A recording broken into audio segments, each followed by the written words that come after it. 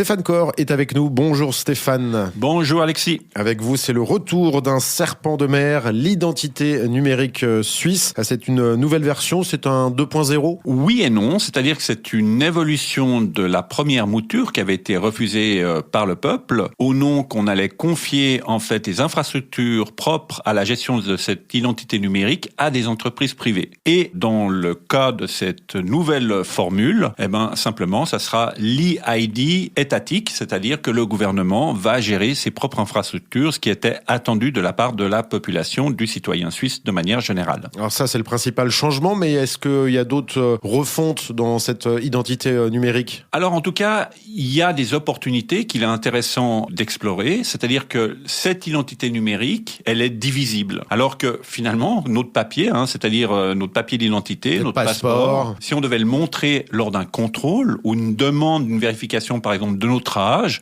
ce qu'on montre, c'est pas que notre âge, mais on montre l'entier de nos données d'identité. Et cette identité électronique va permettre de diviser en fait l'identité en fonction du besoin d'identification à un moment donné. Là, on parle de jetons d'identification personnalisables ? Voilà. C'est par exemple, on nous demande si on a l'âge pour acheter de l'alcool et on pourra juste envoyer cette information qui dit cet acheteur a bien l'âge qui est requis. Alors bien sûr, quand on a les moyens de paiement électronique, on donne souvent notre identité. Mais l'important, c'est de dire qu'on peut transmettre une information qui est celle qu'on nous demande sans transmettre l'entier de nos informations. Ce qui va représenter quelque chose de très intéressant par rapport aux réseaux sociaux. Et il y aura une sorte de pseudo-anonymat ? Oui, en tout cas, c'est ce qu'on peut envisager avec l'utilisation de cette e-ID dans les réseaux sociaux. Après, il faudra qu'il y ait une collaboration, qu'il y ait plutôt des travaux qui se fassent de manière beaucoup plus ouverte et qui dépasseront les frontières de la Suisse. Mais l'idée étant de dire que, par exemple, on s'inscrit sur une plateforme sociale et on a un jeton qui contient notre âge,